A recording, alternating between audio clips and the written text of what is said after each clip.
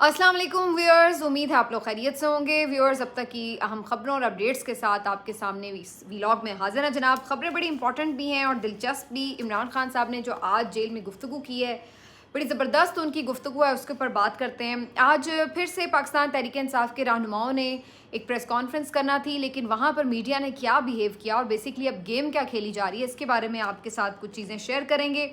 इसके साथ साथ आपको बताएंगे कि नई हिकमत अमली क्या अपनाई जा रही है अदालतों के लिए। आईनी तरमीम के हवाले से गुमंगू की कैफियत बरकरार, लेकिन कल का दिन बहुत अहम करार दिया जा रहा है। जुडिशल कमीशन के इजलास से जस्टिस मुनीब अख्तर ने वॉकआउट क्यों किया, ये खबर आप तक पहुंचाएंगे। और रहीम यार खान का नतीजा समीना पाशा ने जो बताया था आपको वही निकला, इसके ऊपर आपको दिलचस्प हकाइक बताएंगे। आपसे रिक्वेस्ट है कि चैनल को सब्सक्राइब कर लें अगर अभी तक सब्सक्राइब नहीं किया।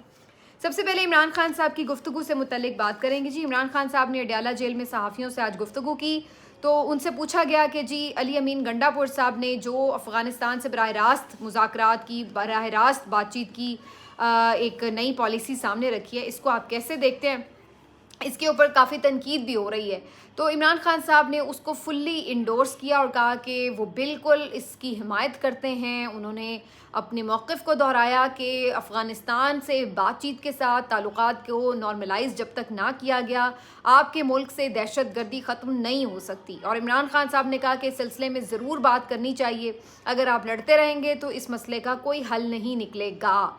इमरान खान साहब ने कहा कि हुकूमत को तो चाहिए कि गंडापुर के पाँव पड़ जाएं कि ज़रूर जाओ अफ़गानिस्तान और इस मसले को हल करो, अगर ये बातचीत के ज़रिए मसला हल होता है। तो इमरान खान साहब कहते हैं कि वो इसको पूरी तरह सपोर्ट करते हैं और उसकी तायीद करते हैं, और ये एक अंडरस्टूड बात है। मतलब इमरान खान साहब की मर्ज़ी और उनकी तायीद के बगैर इतनी बड़ी बात ना तो गंडापुर साहब ख़ुद से कह सकते थे और ना इसके बारे में कोई पेशरफ्त कर सकते थे।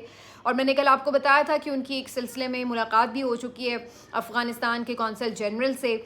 और इंटरेस्टिंग बात वैसे ये है कि उस मुलाकात के हवाले से बड़ी तनकीद की जा रही है कि जी ये देखिए, ये अपने तौर पर सीधे सीधे उनके साथ जो है वो ताल्लुकात बढ़ा रहे हैं ये वो। तो हालांकि ये कोई ऐसी बात नहीं है कि उन्होंने कोई नया मुआहदा कर लिया है या वो कुछ ऐसा करने जा रहे हैं जो पाकिस्तान से, बाकी पाकिस्तान से बड़ा मुख्तलिफ है, लेकिन उसको प्रोपेगेट यूँ किया जा रहा है क्योंकि इस वक्त आपको पता है कि पीटीआई के ख़िलाफ़ एक प्रोपेगेंडा मुहिम जो है वो हर वक्त जारी और सारी रहती है। अब यही अगर आप देखें मामला, तो मरीम नवाज़ साहिबा जो हैं वो भी मुलाकातें कर रही हैं, उनके मुख्तलिफ़ जो ममालिक के सुफ़रा हैं उनसे मुलाकातें जारी रहती हैं, मुख्तलिफ़ वफूद से मुलाकातें जारी रहती हैं। तो क्या उसका मतलब ये तो नहीं है कि वो मरीम नवाज़ अपने तौर पर पाकिस्तान से अलग थलग कोई नए उनके साथ ताल्लुकात बढ़ा रही हैं या कोई नए मुआहदे करने जा रही हैं। तो हर सूबे में मुख्तलिफ़ उमूर के हवाले से ज़ाहिर है कि मुख्तलिफ़ ममालिक के साथ अपने अपने तौर पर भी मुआहदे होते हैं, बातचीत भी होती है। और अगर केपी में एक सिक्योरिटी का इशू है तो उसके ऊपर भी बातचीत हो रही है, लेकिन क्या वो वफाक से एक अलग पॉलिसी है। मैंने कल भी ये बात कही थी कि सबसे बेहतरीन बात तो ये है कि वफाकी सतह पर ही इस पॉलिसी की हिमायत हो और फिर इसके बारे में कोई एक हल निकाला जाए। और कुछ लोग तो ये भी कह रहे हैं कि बिल्कुल ये मुमकिन है कि ख़ुद इस्टेब्लिशमेंट की भी कहीं ना कहीं थोड़ी बहुत इसमें रजामंदी शामिल हो, इसलिए भी अली अमीन गंडापुर साहब बात कर रहे हैं। लेकिन अब ये हर किसी की अपनी राय हो सकती है, लेकिन असल बात यही है कि इसके ऊपर जो नून की जमात है, जो हुकूमती जमातें हैं, वो प्रोपेगेंडा कर रही हैं कि देखें ये मुल्क तोड़ने की साजिश हो रही है। और जबकि इसके ऊपर अपने जो उनके वज़राए आला हैं मुख्तलिफ़ अगर ममालिक से मिलते हैं, उनके यानी सफ़ीरों से मिलते हैं, तो उसके ऊपर उस तरह से सवाल वो नहीं उठाते। तो ये एक बात है। लेकिन बहरहाल इमरान खान साहब ने इसको पूरी तरह से आज तायीद की है, इसकी तौसीक़ की है और इन्होंने कहा है कि भाई ये तो सिलसिला इसी तरह जारी रहेगा। आज एक जो इम्पॉर्टेंट बात है, आज ज़ुबैर अली खान साहब बड़े अच्छे सीनियर सहाफ़ी हैं, उन्होंने एक बात रिपोर्ट की है जो बड़ी अजीब है। उन्होंने कहा कि इमरान खान साहब से जो मुख्तलिफ आज रिपोर्टर सवाल करे थे, उनमें से कुछ रिपोर्टर्स ने बड़े अजीब व गरीब सवाल भी किए जिनका कोई सर पैर नहीं था। जैसे कि एक रिपोर्टर ने इमरान खान साहब से सवाल किया कि अली अमीन गंडापुर ने आज़ाद खैबर पख्तूनख्वा की इस तरह से बात की है कुछ, तो इस पे इमरान खान साहब आप क्या रद्द अमल देते हैं। तो ये बड़ा अजीब व गरीब सवाल था क्योंकि एक तो ये वैसे ही झूठ पर मबनी सवाल था और दूसरा इस किस्म के सवाल का फिर मकसद क्या था। तो ये एक बड़ा अहम सवाल है जिसमें आपको जवाब भी मिल जाएगा। इमरान खान साहब ने तो खैर उसमें ज़ाहिर है रिएक्शन क्या देना था, उन्होंने कहा मैं ये मान ही नहीं सकता कि अली अमीन गंडापुर ने इस तरह की कोई बात की हो सकती है, बिल्कुल मैं नहीं इस बात को समझता कि उसने ऐसी कोई स्टेटमेंट दी होगी। तो उन्होंने तो इसको टोटली खैर रद्द किया, लेकिन इस तरह के सवाल का फिर मकसद क्या था, इस बात को आप अंडरस्टैंड कीजिए कि कुछ सहाफ़ियों से मुतल्लिक पहले ही वी न्यूज़ के तवसुत से ज़ुबैर अली ख़ान ने पहले भी ये बात की थी कि कुछ सहाफ़ी ऐसे हैं जो कि इस वक्त डायरेक्टली इस्टेब्लिशमेंट से लाइन लेकर और फिर इमरान खान साहब की गुफ्तगू को भी रिपोर्ट करते हैं और उनसे सवाल भी जाके करते हैं जेल के अंदर। तो बज़ाहिर ऐसा भी लग रहा है कि ये जो सवाल है इसका मकसद ही ये था कि उस पर इमरान खान साहब अगर कोई भी स्टेटमेंट देते, कोई मुबहम सी भी स्टेटमेंट देते तो उसको फिर बढ़ा चढ़ा के पेश किया जाता। फॉर एग्जांपल अगर वो ऐसा भी कह देते हैं कि भाई अगर आप उनकी बात नहीं सुनेंगे तो फिर वो लोग क्या सोचेंगे, ये वो इस टाइप की भी अगर कोई दे देते, तो इन्होंने बाहर आके रिपोर्ट ये करना था कि इमरान खान साहब ने तो कह दिया है कि जी भाई खैबर पख्तूनख्वा को अलग कर दो, अल्लाह ना करे। तो ये इस तरह की भी जो एक पॉलिसी हो सकती है, वरना इस तरह के झूठ पे मबनी सवाल का मकसद क्या है जब अली अमीन गंडापुर की तरफ से ऐसी कोई बात की ही नहीं गई। तो ये बड़ी सीरियस सिचुएशन है। और ये मीडिया का जो प्रॉब्लम है, इसको एक और चीज़ जो इंडोर्स कर रही है कि जो जानबूझ के मीडिया को पीटीआई के ख़िलाफ़ इस्तेमाल किया जा रहा है, उसका आज एक और जो हमें नज़र आ रहा है मज़हर, उसका एक और जो हमें पूरा सिलसिला नज़र आ रहा है, उसकी एक निशानी ये भी थी कि आज फिर सलमान अकरम राजा साहब जब प्रेस कॉन्फ्रेंस के लिए आए तो वहाँ पर पहले तरतीब से लगे हुए हैं सारे माइक, और जैसे ही कवरेज के लिए सब चीज़ें ऑन हुई हैं तो फिर बाकायदा इसको रजिस्टर कराने के लिए, इसको नोटिस कराने के लिए उस वक्त रिपोर्टर्स उठे हैं और उन्होंने अपने माइक एक एक करके हटाने शुरू कर दिए, ये कह के कि जी अली अमीन गंडापुर साहब के जो रिमार्क्स थे उसके ऊपर हमारा एहतजाज जारी है तो हम बाइकआउट करेंगे।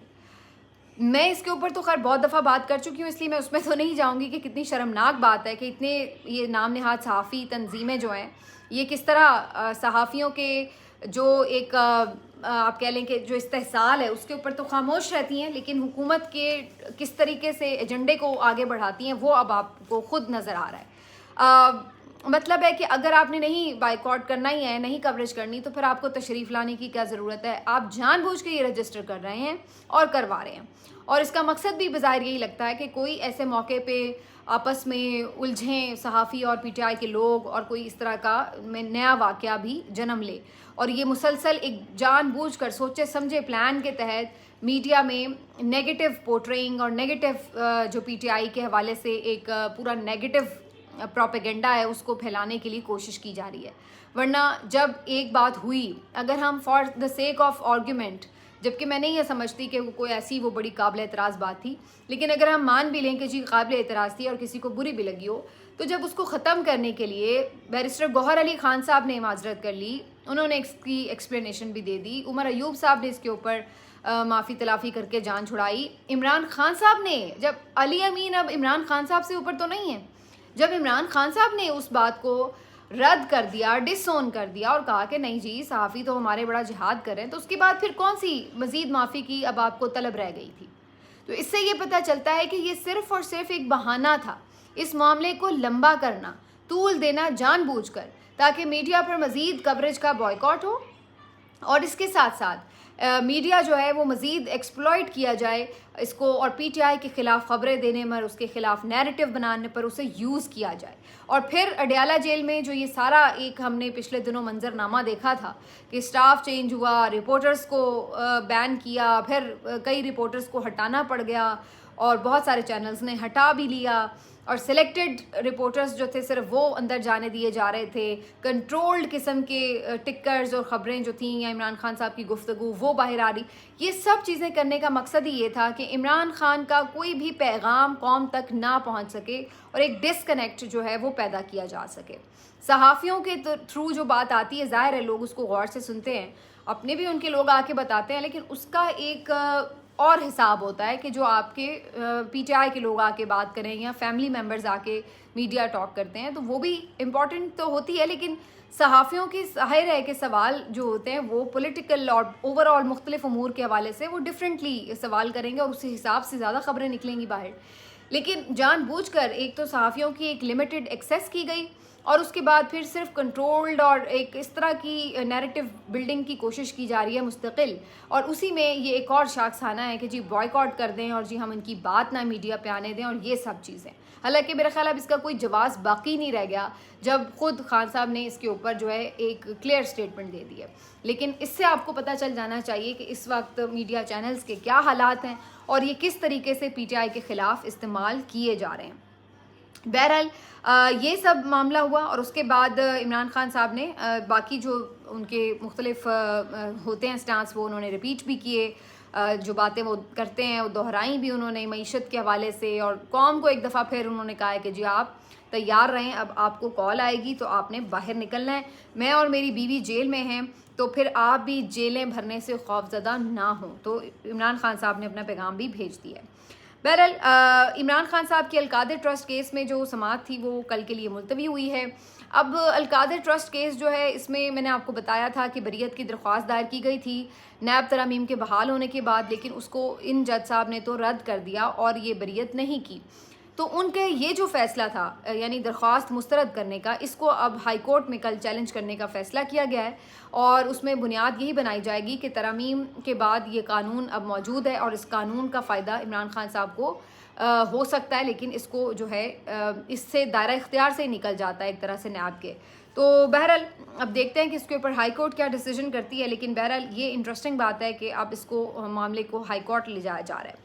उसके बाद जी अब आ जाते हैं कि अदालती महाज पर हो क्या रहा है। आज जुडिशल कमीशन का इजलास था जो इससे पहले मुलतवी किया गया था, ये कह के आज़म नज़ीर तारड़ साहब ने जब कहा कि हम आइनी तरमीम लेकर आ रहे हैं तो उसके बाद फिर हम जुडिशल कमीशन का इजलास रखेंगे और फिर उसके अकॉर्डिंगली फिर हम चलेंगे कि जो भी चेंजेस आ जाएंगी। लेकिन उसके बाद काफ़ी टाइम बीच में कई महीनों का गुजर गया, लेकिन ना तो आइनी तरमीम आई, ना जुडिशल पैकेज आया और ना ही इस बारे में हुकूमत ने कोई क्लैरिटी से बात की कि जी अब हम नहीं लेके आ रहे और आप अपना जो एक नॉर्मल प्रोसीजर है उसको कंटिन्यू करें। तो ये उन्होंने कोई अनाउंसमेंट भी नहीं की। तो मुसलसल ये एक कई महीनों से सिलसिला चल रहा है कि जी हमने लेके आनी है, लेकिन लेके भी नहीं आए।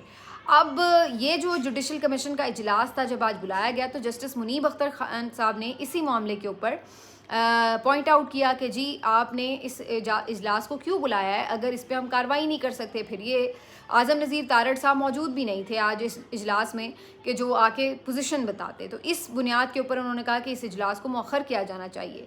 काजी फायज़ ईसा साहब ने उनकी तजवीज़ से इत्तेफाक तो नहीं किया, लेकिन जस्टिस मुनीब ने इस मामले के ऊपर फिर वॉकआउट कर दिया। तो ये जो खबर है वो आज रिपोर्ट हुई है कि इस सारे मामले के ऊपर वैसे तो उनका प्रैक्टिकली देखा जाए तो मौक़िफ़ सही है कि भाई जब कार्रवाई आगे ही नहीं बढ़ा सकते आप, आईनी तरमीम हुई नहीं, करनी अगर नहीं है तो उस पर कोई मौक़िफ़ नहीं आया तो फिर यहाँ बैठ के करने का फ़ायदा क्या है इजलास। तो ये उनका इसके ऊपर ऑफिशियल मौक़िफ़ था। लेकिन दूसरी तरफ आईनी तरमीम के हवाले से जो एक इंटरेस्टिंग बात है वो ये कि मौलाना साहब ने ये तो कल जैसे मैंने आपको कहा अपने खिताब में कहा था कि जी मुद्दत बढ़ाने में तो वो इंटरेस्टेड नहीं है, लेकिन उन्होंने ये ज़रूर बात की कि जो सीनियर मोस्ट बनाना है जज चीफ जस्टिस उसके ऊपर ज़रूर बात हो सकती है। तो अब मौलाना से आज फिर जब इस बारे में सवाल हुआ कि क्या वो इस मामले पर हुकूमत को सपोर्ट करेंगे तो उन्होंने कहा कि जो तजावीज़ हमने दी हैं अगर वो शामिल होती हैं आईनी पैकेज में तो फिर सोचा जा सकता है। तो ये एक दरवाज़ा जो है वो मौलाना ने खुला रखा है और इसमें अगर मौलाना इनका साथ देते हैं तो फिर जो है वो ज़ाहिर है हुकूमत काफ़ी करीब हो जाएगी कि वो आईनी तरमीम पास करवा सके। कुछ आज ये भी खबरें आई हैं कि 3-4 लोग पीटीआई के भी हुकूमत ने अपने साथ जोड़ लिए हैं और इसी वजह से कल का जो इजलास है बड़ा इंपॉर्टेंट है, क्योंकि कभी इम्कान है कि कल के इजलास में ये आईनी तरमीम एजेंडे पर आ जाएं। तो अब ये जो भी वो आम ज़बान में कहते हैं कट्टा कट्टी जो भी है, अब ये खुल जाएगा और पता लग जाएगा कि जी नंबर्स पूरे हैं या नहीं और कौन पीटीआई के साथ गद्दारी करता है अगर किसी ने इनके लोगों ने वोट किए। और मौलाना जो हैं वो तकरीबन अभी तक विकेट के दोनों तरफ खेल रहे हैं। लेकिन बहरहाल वही बात है कि मौलाना अगर वोट करते हैं आईनी मुद्दत बढ़ाने के लिए नहीं अगर वोट करते, लेकिन पैनल इकट्ठा करके उसमें से कोई पिक एंड चूज़ वाला मामला चीफ जस्टिस के लिए करने पर वोट करते हैं, तो इस सूरत में हुकूमत एक कम अज़ कम फ़ायदा हासिल कर लेगी कि काजी साहब तो शायद ना रुक पाएँ, उन्हें तो शायद जाना पड़े, लेकिन वो अपनी मर्ज़ी का चीफ जस्टिस अपॉइंट ज़रूर आगे से कर सकेगी। तो ये एक ऑप्शन तो होगा। खैर जिसको कहते हैं ना कि वो काजी साहब भी उस लेवल की उन्होंने माशाल्लाह से जजी की है कि उसके बाद मेरा ख्याल है कोई भी और होगा तो शायद वो अच्छा ही लगेगा, चाहे वो कितना ही बुरा क्यों ना हो, क्योंकि इंसान सोचेगा कि जो भी है वो काजी साहब से तो बहरहाल बेहतर ही है। तो मेरा ख्याल है वो वाला लेवल है। बहरहाल लेट्स सी कि कितना क्या इसमें हुकूमत को कितनी कामयाबी मिलती है।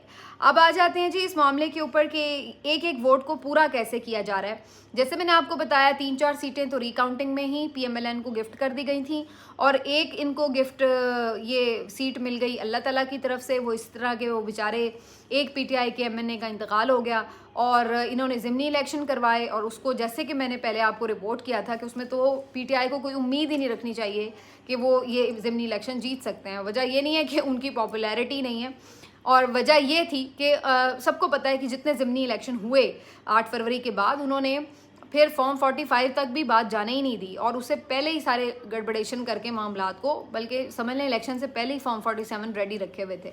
तो ये वाले हालात इन्होंने ज़िमनी इलेक्शंस में किए हैं और रहीम यार खान में जब पोलिंग कल हो रही थी तभी सब पता चल गया था। और उसके बाद जो रिज़ल्ट आया वो मैं आपके साथ शेयर कर देती हूँ।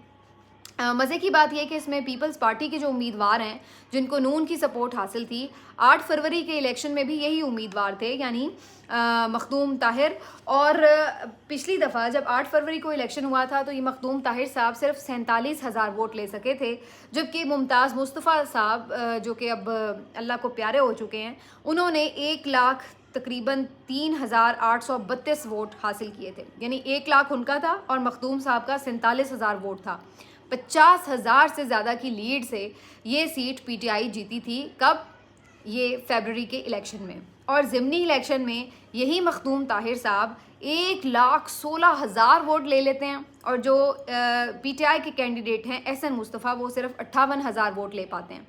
पहली बात तो ये कि हम ये देखते नहीं हैं कि जनरल जो इलेक्शन है उसमें वोट जो है वो कम पड़े और ज़िमनी में टर्नआउट इतना ज़्यादा हो जाए, तो ये कभी आमतौर पर होता नहीं है। ज़िमनी इलेक्शन में हमेशा टर्नआउट आपको कम नज़र आता है, पहली चीज़। दूसरी चीज़ ये कि आप ये देखिए कि ऐसी क्या जादुई परफॉर्मेंस आ गई थी कि जनाब जिसने पहले 47,000 वोट लिए वो 1,16,000 वोट ले बैठा।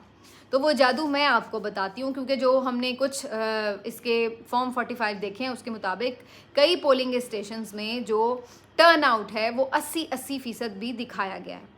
यानी अगर वहाँ पे रजिस्टर्ड वोटर्स 1300 हैं तो 1100 वोटर्स जो हैं वो आके वोट डाल गए और वो सारे वोट जो हैं वो आके बस पीपल्स पार्टी के कैंडिडेट को मिल गए।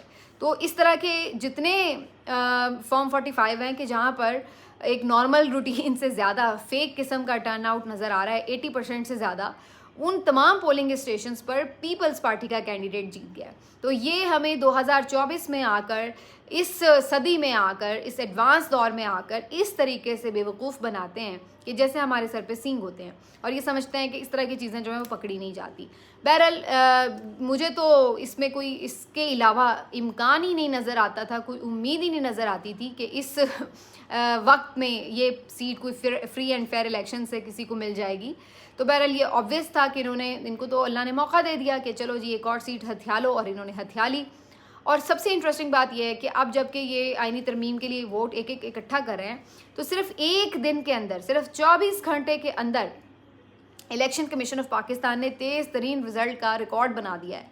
इतनी जल्दी कभी कोई रिज़ल्ट कंपाइल नहीं हुआ जितनी जल्दी इलेक्शन कमीशन ने ये रिज़ल्ट कंपाइल किया, जिसकी जितनी फॉर्मेलिटीज़ थी वो सारी पूरी करके धड़ाधड़ नोटिफिकेशन भी जीत का जारी कर दिया है। वरना आमतौर पर ये चीज़ें काफ़ी दिनों के बाद फॉर्मेलिटीज़ पूरी होती हैं। यानी रिज़ल्ट अगर कंपाइल होकर अनाउंस भी हो जाए तो कई दिन बाद कहीं जाके सरकारी रिज़ल्ट जो है वो अनाउंस होता है, और जीत का नोटिफिकेशन तो और भी देर बाद अनाउंस होता है। लेकिन ये इन्होंने फौरी किया है। मकसद सिर्फ वही है कि एक एक वोट इकट्ठा करके जो है 2/3 अक्सरियत को पूरा कर लिया जाए। तो ये जी सारी गेम्स हैं इनकी।